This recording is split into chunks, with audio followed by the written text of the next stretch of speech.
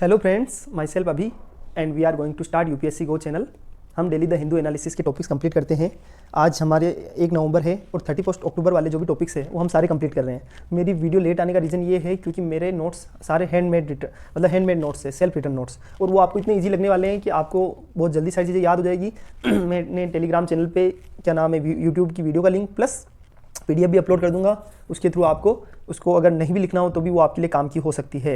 और अगर आप इसको खुद टाइप करना चाहें मेरी वाली राइटिंग को तो बहुत अच्छी बात है, इससे आपको बहुत जल्दी सारी चीज़ें याद होगी।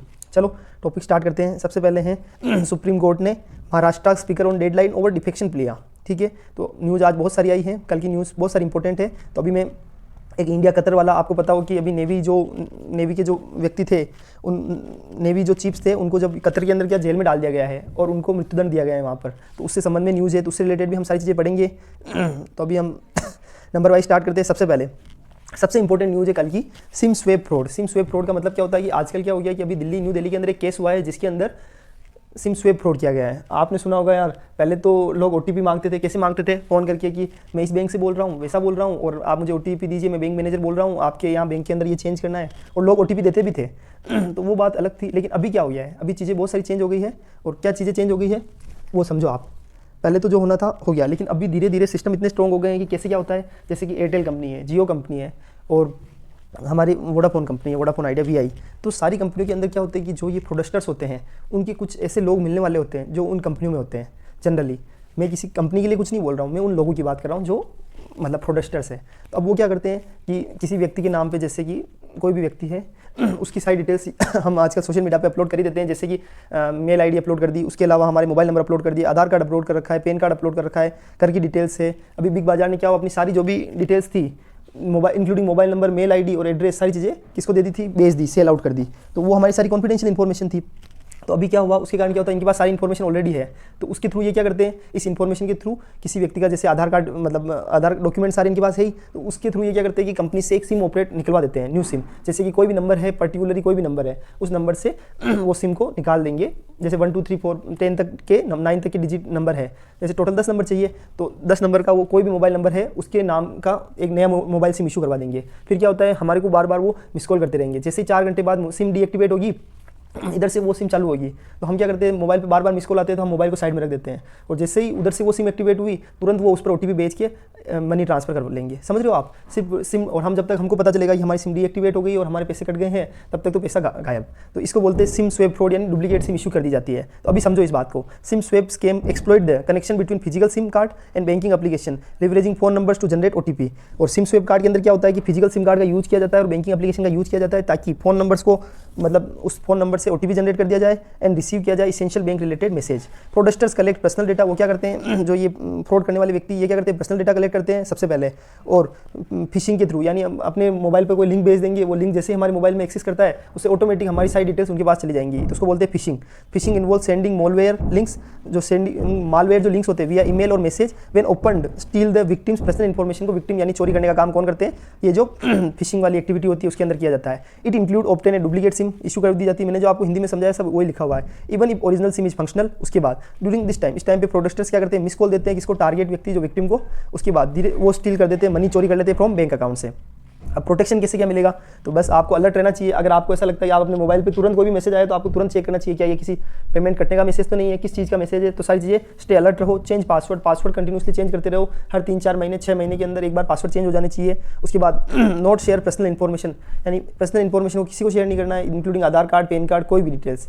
क्योंकि सोशल मीडिया पर अगर आपने डिटेल्स शेयर की है तो इसका नुकसान किसको मिलेगा, आपको ही हो सकता है। ठीक है, ये टॉपिक कंप्लीट हो गया। अभी नेक्स्ट, सुप्रीम कोर्ट ने महाराष्ट्र स्पीकर को, मैंने आपको पहला वो जो एडिटोरियल मतलब आर्टिकल दिखाया था वो क्या था, सुप्रीम कोर्ट ने महाराष्ट्र स्पीकर के सामने एक डेडलाइन रखी है ओवर डिफेक्शन लिया। कैसे क्या होता है कि देखो, हमारे पास एक आदमी मेंबर है, मेंबर ऑफ पार्लियामेंट या मेंबर ऑफ लेजिस्लेटिव असेंबली, तो उनको डिस्क्वालीफाई करने का पावर किसके पास है, या तो जो स्टेट लेजिस्लेटिव असेंबली के स्पीकर के पास, या फिर जो अगर वो पार्लियामेंट का मेंबर है तो हमारे जो सदन के लोकसभा के स्पीकर या चेयरमैन के पास, उनके पास पावर होता है किसका, कि आप उसको डिस्क्वालीफाई कर सकते हो मेंबर्स को।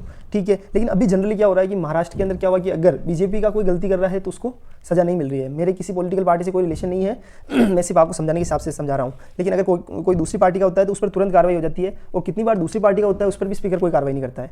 ये महाराष्ट्र गवर्नमेंट की नहीं, पूरे ऑल इंडिया में ऐसा ही हो रहा है। तो अभी क्या हो रहा है कि सुप्रीम कोर्ट ने महाराष्ट्र गवर्नमेंट, मतलब जैसे महाराष्ट्र है वैसे ही पूरे ऑल इंडिया के अंदर ऐसा हो रहा है। तो अब आप सोचिए कि अगर पूरे देश के अंदर जिसकी गवर्नमेंट है वो अपोजिशन पार्टी के खिलाफ कार्रवाई करता है, ये एक जनरल प्रैक्टिस बन चुकी है। तो सुप्रीम कोर्ट ने बोला है कि आप डिस्क्वालीफाई करो, तो इसलिए सुप्रीम कोर्ट बीच में आया है। लेकिन हमारे लिए ये इन्फॉर्मेशन काम की नहीं है कि ऐसा क्या हो रहा है, अभी क्या ट्रेंड में चल रहा है। दैट इन्फॉर्मेशन इज नॉट हमारे लिए इंपॉर्टेंट है। हमारे लिए क्या काम की है, एंटी डिफेक्शन लॉ क्या होता है, ये किस शेड्यूल के अंदर आता है, ये किस एक्ट के थ्रू आया था। तो सबसे पहले anti defection law 10th schedule का एक पार्ट है। किसका पार्ट है, 10th शेड्यूल। उसके बाद ये कौन से कब आया था, तो किसके थ्रू आया था, तो 52nd कॉन्स्टिट्यूशनल अमेंडमेंट एक्ट 1985। कौन सी गवर्नमेंट थी उस टाइम, राजीव गांधी गवर्नमेंट थी। आप इस चीज़ को समझिए कि आपको हमेशा के लिए याद हो जाएगा, जब 1984 में जब गवर्नमेंट आई थी राजीव गांधी की, तो उनको पहले ही पता था कि उस टाइम पे क्या प्रैक्टिस बन चुकी थी कि लोग अपना जिस विधायक या सांसद को अगर पैसे मिल जाते थे, उस समय की बात बता रहा हूँ, तब वो क्या करते थे, दल बदल कर लेते थे। तो दल बदल करने के कारण क्या हो जाता था कि पार्टी की मजबूती कम हो जाती थी। कोई भी नेता कब किसी भी पार्टी में जा रहा है, तो अब राजीव गांधी जी को क्या लगा कि अगर हमें हमारी पार्टी को स्ट्रॉन्ग करना है तो हमें ये कानून लाना होगा जिसके थ्रू क्या होगा, कोई भी एमएलए या एमपी किसी दूसरी पार्टी में ना जा सके। तो उस टाइम पे इस विचार को देखते हुए एंटी डिफेक्शन लॉ लाया था। अगर आपको रीजन पता होगा उसके पीछे का, तो आपको ये सारी चीज़ याद हो जाएगी कि भाई 1985 याद आ जाना चाहिए कि हाँ, राजीव गांधी गवर्नमेंट के टाइम पे एंटी डिफेक्शन लॉ को लाया गया। अब एंटी डिफेक्शन लॉ के अंदर क्या होता है, सबसे बड़ी चीज़ कि इसके अंदर अगर कोई भी व्यक्ति दल बदल करता है तो उसके कारण उस पर डिफेक्शन हो जाएगा और स्पीकर उसको चाहे तो सस्पेंड कर सकता है, और उसको एमएलए की पोस्ट भी छोड़नी पड़ सकती है, एमपी की पोस्ट भी छोड़नी पड़ सकती है अगर उसको सस्पेंड करता है तो क्या नाम है, स्पीकर अगर उनको सस्पेंड करता है तो। लेकिन इसमें आपको एक चीज़ समझनी होगी कि पहले क्या था, 1985 में जब ये एंटी डिफेक्शन लॉ आया, तब क्या होता था कि 1/3 मेंबर, अगर किसी पॉलिटिकल पार्टी के 1/3 मेंबर चाहे तो दूसरे दल बदल कर सकते थे, ओनली 1/3 मेंबर, ठीक है, उस टाइम पे ये रूल था। और कोई सिंगल आदमी दल बदल नहीं कर सकता है। अगर एक साथ पॉलिटिकल पार्टी के 1/3 मेंबर दल बदल करते हैं तो वो एंटी डिफेक्शन लॉ के अंदर, मतलब वो कोई दिक्कत नहीं थी, वो डिस्क्वालीफाई नहीं होते थे। ठीक है, समझ में आ गया। अभी आगे समझो ये तो समझ में आ गया होगा। लेकिन इसके अंदर एमपी एंड एमएलए के ऑन ग्राउंड ऑफ डिफेक्शन की डिस्क्वालिफिकेशन इंक्लूड है। लेकिन इस एंटी डिफेक्शन लॉ के अंदर किन किन को अलाउड है कि वो दल बदल कर सकते हैं, ऐसा क्या है, इसके प्रोविजंस हम पढ़ लेते हैं। सबसे पहले अभी 1985 के अंदर तो मैंने आपको बता दिया 1/3 मेंबर। लेकिन जैसे ही 2003 आया, उसके बाद इसको क्या किया गया, जो फिर अटल बिहारी वाजपेयी की गवर्नमेंट थी, उन्होंने इसको क्या किया कि उस टाइम पे इसको 2/3 कर दिया। 1/3 की जगह अगर किसी पॉलिटिकल पार्टी के 2/3 मेंबर एक साथ मिलकर किसी और पॉलिटिकल पार्टी को ज्वाइन करते हैं तो वो पॉलिटिकल पार्टी, वो मेंबर्स डिस्क्वालीफाई नहीं होंगे, क्योंकि मेजोरिटी वाला हिस्सा कह रहा है कि हमें उस पॉलिटिकल पार्टी को ज्वाइन करना है। इसलिए बाकी कोई सिंगल व्यक्ति अगर ज्वाइन करता है, दल बदल करता है, तो वो एंटी डिफेक्शन लॉ के अंदर मतलब गलती के लिए, पेनल्टी के लिए जिम्मेदार होगा और फिर वो डिस्क्वालीफाई भी हो जाएगा। ऐसा it allows a group of MP MLA to join another political party after 91st constitutional amendment 2003। उसके अंदर 2/3 member of party are in favour of अगर merger then it is valid in law. उसके अलावा अगर कोई नॉमिनेटेड मेंबर है, क्योंकि आपको पता है कि 12 मेंबर को राष्ट्रपति नमोनित करता है, तो अगर वो नॉमिनेटेड मेंबर चाहे तो किसी भी पॉलिटिकल पार्टी को 6 महीने के अंदर ज्वाइन कर सकते हैं, किसी भी पॉलिटिकल पार्टी को। लेकिन अगर 6 महीने निकल जाते हैं और उसके बाद वो ज्वाइन नहीं कर सकते, 6 महीने के बाद ज्वाइन करते हैं तो क्या वो डिस्क्वालीफाई हो जाएंगे और एंटी डिफेक्शन के अंदर वो भी मतलब वो भी उसके लिए डिस्क्वालीफाई हो जाएंगे। लेकिन अगर 6 महीने में वो चाहे तो किसी भी पॉलिटिकल पार्टी को ज्वाइन कर सकते हैं। अगर कोई निर्दलीय व्यक्ति यानी इंडिपेंडेंट मेंबर है तो independent elected member can not join, वो किसी भी पॉलिटिकल पार्टी को ज्वाइन नहीं कर सकता है। ठीक है, ये तीनों चीज़ें समझ में आ गई। अब अदर डिस्क्वालिफिकेशन क्या है, जो इलेक्टेड मेंबर है अगर वो अपनी वॉलंटरी मेंबरशिप छोड़ देता है और दूसरी पॉलिटिकल पार्टी को ज्वाइन करता है तो भी क्या नाम है, ही विल बी डिस्क्वालीफाइड। और अगर कोई ऐसा एमएलए या एमपी है जो क्या करता है कि वोटिंग, अगर किसी पार्टी पॉलिटिकल पार्टी जैसे कांग्रेस है या बीजेपी है, उन्होंने अपने एमएलए या एमपी को बोला है कि आपको ये डायरेक्शन दिया है कि आपको ये वहाँ पे जाके इस संबंध में वोट देना है, लेकिन अगर वो इस संबंध में वोट नहीं देते हैं और उनके डिसीजन के विरुद्ध, कॉन्ट्ररी डिसीजन के विरुद्ध अगर एक्शन लेते हैं कुछ भी, या वोटिंग नहीं करते हैं या वोटिंग उनके विरुद्ध देते हैं उस पॉलिटिकल पार्टी के विरुद्ध, तो उस टाइम पे क्या होगा, वो डिस्क्वालीफाई हो सकते हैं अगर पॉलिटिकल पार्टी उनको के अंदर एक वहीप होता है, वहीप WHIP। वहीप क्या करता है कि वो चेक करता है कि हमारे डिसीजन, हमारे जो डायरेक्शन से उनको फॉलो किया जा रहा है नहीं किया जा रहा है मेंबर्स के द्वारा। ये पॉलिटिकल पार्टी का होता है वहीप, तो वो डिसाइड करता है। उसके बाद अगर पॉलिटिकल पार्टी उसको माफ कर देती है कॉन्ट्रेरी डिसीजन के लिए तो कोई दिक्कत नहीं है, और माफ नहीं करती है तो he will be disqualified under anti defection law. उसके बाद ये टॉपिक समझ में आ गया। अभी क्या हुआ है, गवर्नमेंट ने ये न्यूज़ समझ में आ गया, 10th शेड्यूल समझ में आ गया, 52nd कॉन्स्टिट्यूशनल अमेंडमेंट एक्ट 1985 और उससे रिलेटेड एक और एक्ट कौन सा है, 91st कॉन्स्टिट्यूशनल अमेंडमेंट एक्ट 2003। ये टॉपिक हो गया। अभी नेक्स्ट टॉपिक समझो। गवर्नमेंट ने प्रॉमिस किया है all efforts to get navy veterans released from Qatar prison, यानी जो कतर है वहाँ से क्या हुआ है कि अभी मैंने आपको समझाया कि नेवी के अंदर कुछ ऑफिसर्स है जिनको वहाँ पर जासूसी के आरोप के अंदर कतर के अंदर जेल की सजा दी गई है और उनको मृत्युदंड दिया जाने वाला है। ऐसा तो हमारी इंडियन गवर्नमेंट ने प्रॉमिस किया है, तो उसके अंदर मिनिस्ट्री ऑफ एक्सटर्नल अफेयर्स आ चुकी है और उन्होंने हाई इंपॉर्टेंस दी है इस केस को, एंड वो उनको लीगल असिस्टेंस भी देंगे। ठीक है, अभी सबसे पहले हमको क्या देखना पड़ेगा कि कतर कहाँ है। ठीक है, तो कतर को देख लेते हैं, कतर के आसपास वाले एरिया को देख लेते हैं। कतर के ऊपर क्या है, ईरान, नीचे क्या है, यूनाइटेड अरब अमीरात जो कि हमारा UAE है, उसके इस साइड में मतलब जो हमारा कतर के वेस्ट साइड में सऊदी अरब है, और पर्शियन गल्फ भी देख लो, ये पर्शियन गल्फ, और इसके इस साइड में मतलब जो ईस्ट साइड में पर्शियन गल्फ है, नीचे की साइड में यूएई है और वेस्ट साइड में सऊदी अरब है, तो भी और ऊपर बहरीन है, देखो ईरान। ये सारी चीज़ें आपको ध्यान होनी चाहिए। ईरान, यूएई, सऊदी अरब, ये सब इसके मतलब पड़ोसी देश है। आपको सबको ध्यान रखना पड़ेगा क्योंकि यूपीएससी कैन आस्क एनीथिंग। और बीच में जो पर्शियन गल्फ बना हुआ है, जो ये देखो, ये आपको दिख रहा होगा, तो ये सारी चीज़ें आपको क्या करनी है, मेमोराइज करनी है, ठीक है। अभी हम पढ़ लेते हैं कि सबसे पहले कि अगर कतर का आ गया है तो डिप्लोमेटिक इम्प्लीकेशन क्या होंगे, क्योंकि अगर कतर उनको फांसी की सज़ा देता है तो इंडिया और कतर के रिलेशन डिस्टर्ब हो सकते हैं। तो हमारे और इंडिया की सबसे पहले रिलेशन कैसे चल रहे हैं, तो this verdict could affect relation between India and Qatar. Remittance to India, अभी कतर से साल भर में हर साल $750 मिलियन की रेमिटेंस आती है इंडिया के अंदर, क्योंकि हमारे बहुत सारे इंडियंस, लाखों इंडियंस, 7 से 8 लाख इंडियंस वहाँ पर काम कर रहे हैं। इतने लोग कतर के अंदर, वो बहुत बड़ी बड़ी पोस्ट पे है, क्योंकि हमारे जो इंडियंस है वो पीस, उसके अलावा डिग्निटी और वर्कहोलिक नेचर के कारण वहाँ जाने जाते हैं। High level meeting between India and Qatar, और इंडिया और कतर के बीच में क्या होता है कि हाई लेवल मीटिंग हो सकती है। ये चीज़ समझना, जो हाई लेवल मीटिंग होती है किसके बीच में, इंडिया एंड कतर के बीच में हाई लेवल मीटिंग भी होगी और उसके बाद कुछ डिसीजन निकलेगा, क्योंकि हमारे इंडिया और उनके बीच में हाई लेवल मीटिंग होती रहती है। Qatar significant supplier of LNG, उसके अलावा कतर क्या है, एक liquefied nuclear gas, natural gas होती है एलएनजी, उसका सिग्निफिकेंट सप्लायर है किसको, इंडिया को। कौन है, कतर। तो ये सारी चीज़ें हमारे लिए काम की है। अब डिप्लोमेटिक ऑप्शन हमारे पास क्या क्या अवेलेबल है, हमने रिलेशनशिप तो देख ली, लेकिन हमारे पास क्या ऑप्शन अवेलेबल है। आप सोचिए, अगर आप इंटरव्यू देने गए, वहाँ पर आपको इंटरव्यू का जो पैनल है वो आपको क्या पूछेगा कि आप मतलब एक्सटर्नल जो अफेयर मिनिस्ट्री है उसके अंदर आप एक वहाँ पर आप वर्किंग करते हैं, और वहाँ पर आपको क्या है कि जैसे कतर वाला केस हो गया, तो अब आप क्या करेंगे, क्या एक्शंस आपके पास अवेलेबल है। तो सबसे पहले हम क्या करेंगे, हमको क्या जवाब देना होगा कि हम डिप्लोमेटिक प्रेशर डालेंगे किस पर, कतर गवर्नमेंट पे। हम उसका जो वर्डिक्ट है वो वर्डिक्ट ऑप्शन अवेलेबल होता है, क्योंकि कतर और हमारे बीच में एक एग्रीमेंट हो चुका है कि अगर कतर का कोई भी व्यक्ति भारत में पकड़ा जाता है तो उस पर डिसीजन कौन ले सकता है, कतर का कोर्ट। और जो कतर में कोई व्यक्ति पकड़ा जाता है तो उसका डिसीजन कौन ले सकता है, इंडियन गवर्नमेंट। तो इस तरह हमारे पास अपील वाला ऑप्शन भी अवेलेबल है, वर्डिक्ट ऑप्शन के अगेंस्ट अपील वाला ऑप्शन भी अवेलेबल है। उसके अलावा कुछ बहुत सारी एनजीओ और सिविल सोसाइटी है, वो भी कतर के इस एक्ट के खिलाफ कतर को प्रेशराइज कर सकती है। तो ये हमको कहाँ बताना है, इंटरव्यू के पैनल में। उसके अलावा लीगल ऑप्शन हमारे पास और अवेलेबल है। एज ए इंटरव्यूअर मैं बता रहा हूँ कि हमको वहाँ कैसे बोलना है कि सर हम क्या करेंगे, अपील करेंगे at the Qatar, at judicial system of Qatar, क्योंकि वहाँ कतर में भी उनका, जैसे हमारे यहाँ पे सबसे पहले सबॉर्डिनेट कोर्ट है सॉरी हमारे यहाँ सबसे पहले सबॉर्डिनेट कोर्ट है, उसके ऊपर हाई कोर्ट है, उसके ऊपर सुप्रीम कोर्ट है, यानी हमारे पास अपील के लिए बहुत सारी लेयर्स बनी हुई है हमारे जुडिशियल सिस्टम में। वैसे कतर में भी अवेलेबल है, तो हम कतर का जो लोकल कोर्ट है उसके खिलाफ वहाँ का जो हाई कोर्ट होगा, वहाँ का जो अपीलेट अथॉरिटी होगी, वहाँ पर हम अपील कर सकते हैं। उसके अलावा इंटरनेशनल कोर्ट ऑफ जस्टिस है, उसके द्वारा इंडियन गवर्नमेंट के द्वारा वहाँ पर भी अपील की जा सकती है, किसके अगेंस्ट, कि कतर के इस डिसीजन के अगेंस्ट। तो अभी जैसे वहाँ पे अभी इंटरनेशनल कोर्ट ऑफ जस्टिस में कौन कौन से केस चल रहे हैं, बहुत सारे केस चल रहे हैं, पर कुछ एग्जांपल दे देता हूँ जो कि आपने सुने भी होंगे। कुलभूषण जाधव वाला केस है, वो इंडिया और पाकिस्तान का, तो उसका वो केस कहाँ चल रहा है, इंटरनेशनल कोर्ट ऑफ जस्टिस के अंदर। उसके अलावा right of passage over Indian territory, जो इंडियन टेरिटरी है उसके ऊपर राइट ऑफ पैसेज, यानी जो जैसे पोर्तुगल वर्सेज इंडिया का केस था, उसमें क्या हुआ, इंडियन टेरिटरी के ऊपर जो पैसेज वाला जो वहाँ से गुजरने का जो रास्ता था उसका किसका राइट है, उसके अगेंस्ट भी इंटरनेशनल कोर्ट ऑफ जस्टिस में केस चल रहा था पहले। अब jurisdiction of ICAO council, India और पाकिस्तान, इंडिया वर्सेस पाकिस्तान का केस है, वो भी इंटरनेशनल कोर्ट ऑफ जस्टिस में चल रहा है। तो आप इस चीज़ को समझिए, मेरे कहने का मतलब सिंपल ये है कि अगर हम इंटरव्यूअर पैनल के सामने बोलते हैं कि इंटरनेशनल कोर्ट ऑफ जस्टिस में जा सकते हैं, वहाँ के लीगल सिस्टम को फॉलो कर सकते हैं, हमारे लीगल सिस्टम को फॉलो कर सकते हैं, डिप्लोमेटिक प्रेशर डाल सकते हैं, एनजीओ की हेल्प ले सकते हैं, सिविल सोसाइटी की हेल्प ले सकते हैं, उनके द्वारा प्रेशर करवाया जा सकता है। तो there are so many options available. Next topic है बहुत अच्छा और बहुत इंपॉर्टेंट टॉपिक, आपको याद रखना ही है इसको। Space tech firm Skyroot raises, हमारी एक इंडियन फर्म है जो प्राइवेट फर्म है, जैसे इसरो है, वैसे ही इंडिया के अंदर भी एक प्राइवेट फर्म धीरे धीरे डेवलप हो रही है। जैसे यूएसए के अंदर क्या है कि पब्लिक, तो वहाँ पे नासा है, उसके अलावा बहुत सारी प्राइवेट फर्म्स स्पेस सेक्टर में काम कर रही है, और अब इंडिया में भी ऐसा होना स्टार्ट हो गया है। तो एक प्राइवेट फर्म है जिसका नाम है स्काई रूट, उन्होंने $27.5 मिलियन रेज किया है टू ड्राइव ग्रोथ। तो अभी हमारे लिए क्या काम का है, अभी उन्होंने क्या किया उससे हमारे कुछ काम नहीं है, हमारे लिए काम का है एक न्यूज़ है उससे रिलेटेड, विक्रम-1 रॉकेट, जो कि वो 2024 में लॉन्च करने वाले हैं। नाम याद रखना, विक्रम-1 रॉकेट। ये क्या है, इंडियन फर्म स्काई रूट ने इसको डेवलप किया है, ये 2024 के अंदर लॉन्च होने वाला है।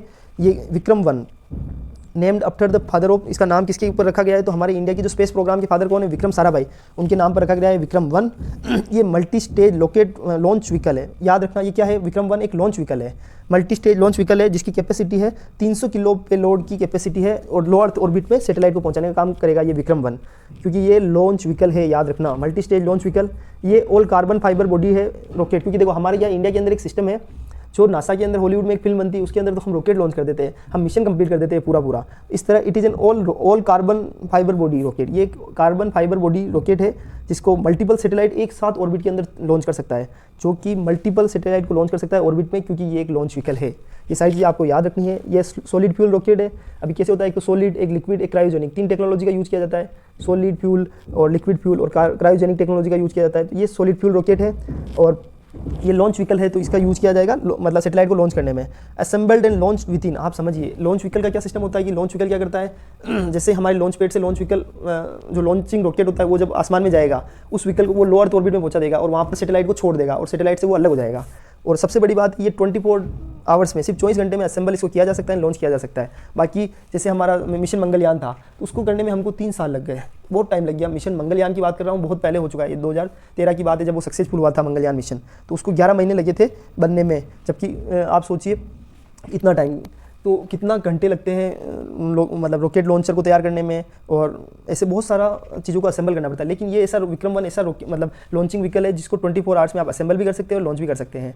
ये टॉपिक भी कंप्लीट हो गया। अभी एक न्यू मशरूम को आइडेंटिफाई किया है किसने, रिसर्चर्स ने, उसका और कहाँ से किया है, वेस्टर्न घाट से। तो सबसे पहले हम देख लेते हैं कि भाई वेस्टर्न घाट कहाँ है। तो देखो वेस्टर्न घाट को समझ लो, ये वेस्टर्न घाट है, इंडिया है। इंडिया के अंदर क्या है, ये देखो तमिलनाडु है, ये केरला है। तो इसके पास में ये जो पूरा आपको ग्रीन ग्रीन दिख रहा है ये वेस्टर्न घाट है, ठीक है। ये गुजरात से स्टार्ट होता है, गुजरात, मुंबई, उसके बाद गोवा मतलब कर्नाटका और नीचे केरल, ये पूरा नीचे तक वेस्टर्न घाट बना हुआ है। और इस साइड में जो ईस्टर्न साइड है उधर ईस्टर्न घाट है।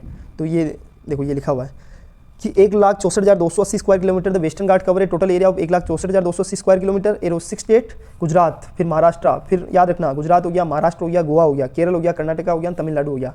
आपको सारे नाम याद होने चाहिए, केरल, कर्नाटका, तमिलनाडु, गुजरात, महाराष्ट्र, गोवा। और they form the major watershed in peninsular India के अंदर मेजर वाटर शेड का काम करते हैं, पानी को रोकने का सबसे बड़ा काम यही करते हैं। और यहाँ पर पानी मतलब बहुत सारी विभिन्न टाइप की प्रजातियाँ पाई जाती है, ठीक है।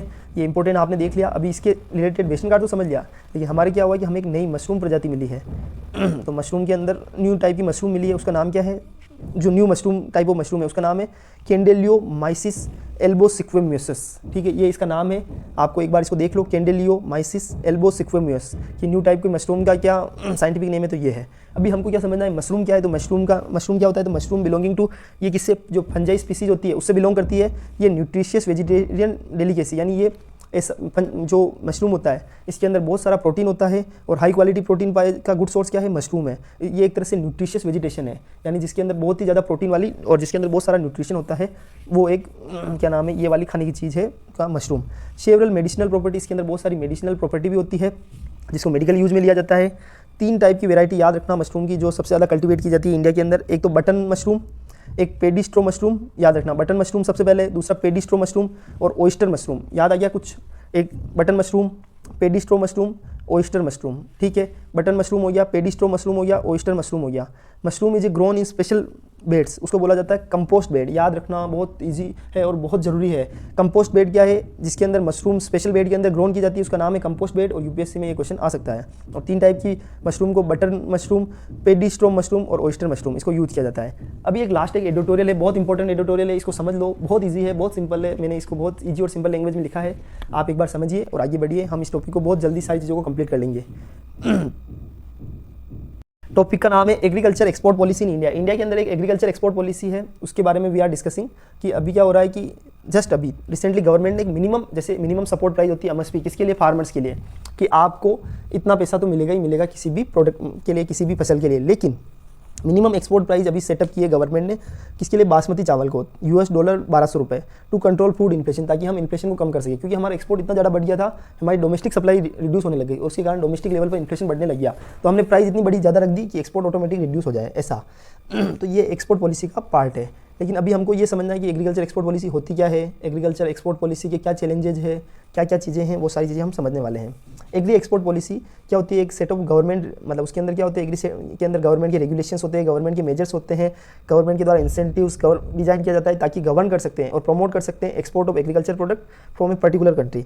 यानी एक पूरी एक्सपोर्ट पॉलिसी में रेगुलेशंस, मेजर्स और इंसेंटिव्स को डिजाइन किया जाता है ताकि हम चीज़ों को एक्सपोर्ट की, एग्रीकल्चर का जो एक्सपोर्ट है उसको कंट्रोल एंड प्रमोट करने के लिए इस पॉलिसी का यूज़ किया जाता है। इसके अंदर क्या क्या चीज़ आती है, मेजर्स आते हैं इसके, जैसे सब्सिडी आ गया, टेरिफ को रेगुलेट करना है, क्वालिटी स्टैंडर्ड को रेगुलेट करना है, मार्केट में एक्सेस कितनी क्या होगी, फाइनेंशियल इंसेंटिव कितना दिया जाएगा, ट्रेड प्रमोशन कितना जाएगा, ये सारी चीज़ें पॉलिसी के सभी चीज़ें पॉलिसी के अंदर कवर है। हमें एग्री एक्सपोर्ट पॉलिसी की जरूरत क्यों है? Why India need agree export policy? हम एग्री एक्सपोर्ट पॉलिसी के बिना भी काम कर सकते हैं ना, लेकिन हमें क्यों ज़रूरत है? क्योंकि हम वर्ल्ड की, आप एक चीज़ समझिए कि अभी हमारी इकोनॉमी 3 ट्रिलियन इकोनॉमी बनने वाली है।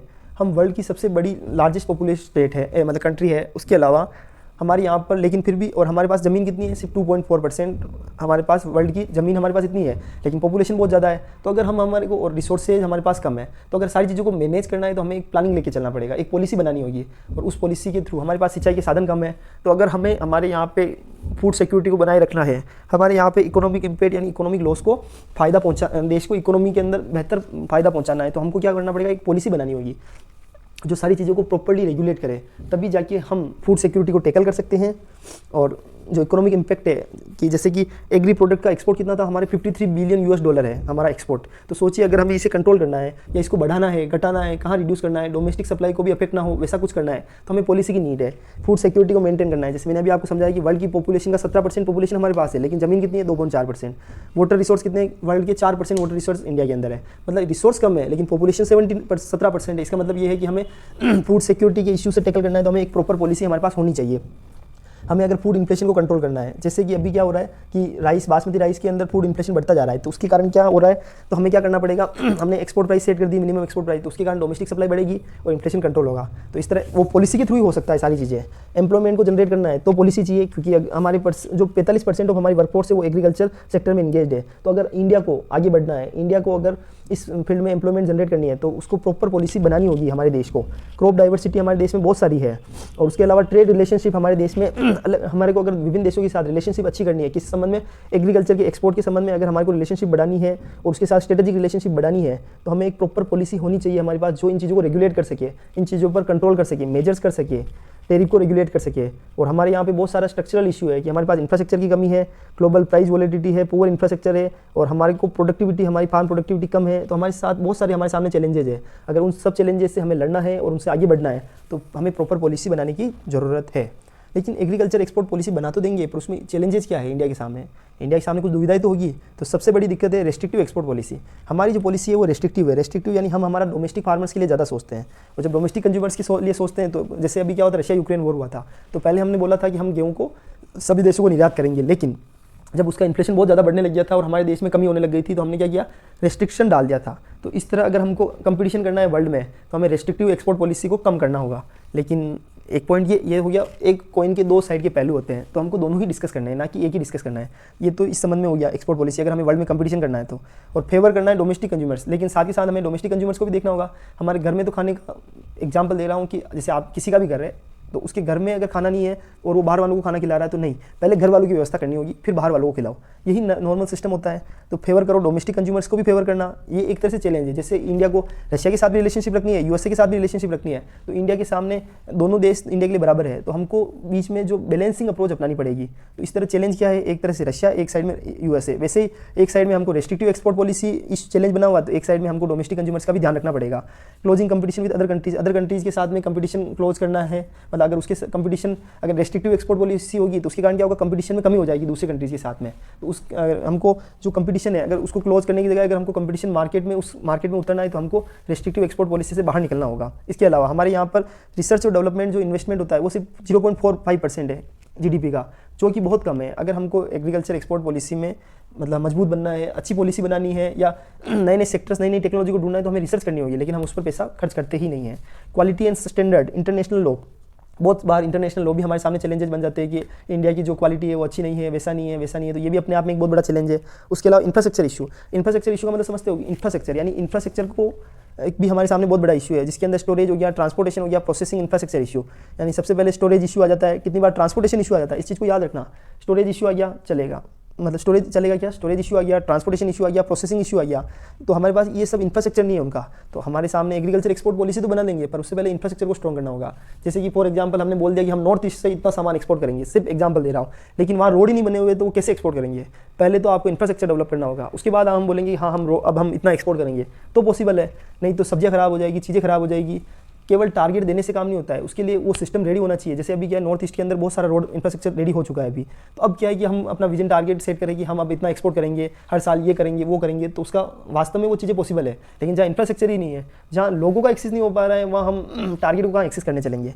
तो ये एक तरह से चैलेंज बना हुआ है इंफ्रास्ट्रक्चर भी। उसके बाद वे अहीड, इसके लिए हमको क्या, एग्रीकल्चर एक्सपोर्ट पॉलिसी के लिए वे अहीड क्या है, तो सबसे पहले हमको क्या सोचना, हमको सारी चीज़ों को बैलेंसिंग अप्रोच से चलना होगा। हमें फार्मर्स की वेलफेयर के लिए सोचना होगा कि फार्मर्स को भी एक प्रॉपर पैसा मिले, उनके जो उन्होंने फूड को प्रोड्यूस कर रहे हैं, जो एग्रीकल्चर प्रोडक्ट इशू कर रहे हैं, उनके लिए प्रॉपर उनको प्राइस मिले, वो पॉवर्टी से दूर हो। तो फार्मर की वेलफेयर के लिए भी हमें सोचना होगा। लेकिन साथ के साथ हमें डोमेस्टिक कंज्यूमर्स को भी सपोर्ट करना होगा।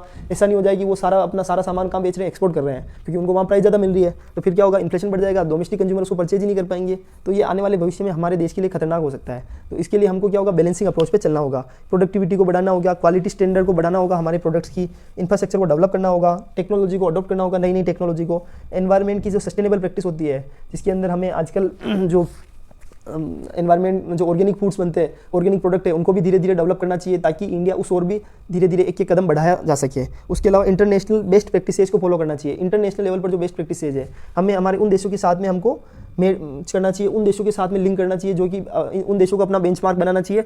बेंचमार्क का मतलब होता है कि ऐसा स्टैंडर्ड, जो देश अपने से बड़ा है, इस मामले में होशियार है, उनको अपना टारगेट बना लो, उनको अपना गुरु बना लो। बेंचमार्क का मतलब होता है। तो इस मामले में हमें क्या करना होगा, इंटरनेशनल बेस्ट प्रैक्टिसेज को अपनाना होगा, जिसके कारण हमारा देश भी इस सेक्टर में ग्रोथ करे। तो एग्रीकल्चर एक्सपोर्ट पॉलिसी को समझ लिया है हमने, उसके चैलेंजेस पढ़ लिए हैं, उसकी नीड हमारे इंडिया को कैसे क्या है उसको पढ़ लिया है। उसके अलावा हमने एग्रीकल्चर एक्सपोर्ट पॉलिसी को समझ लिया है, ठीक है।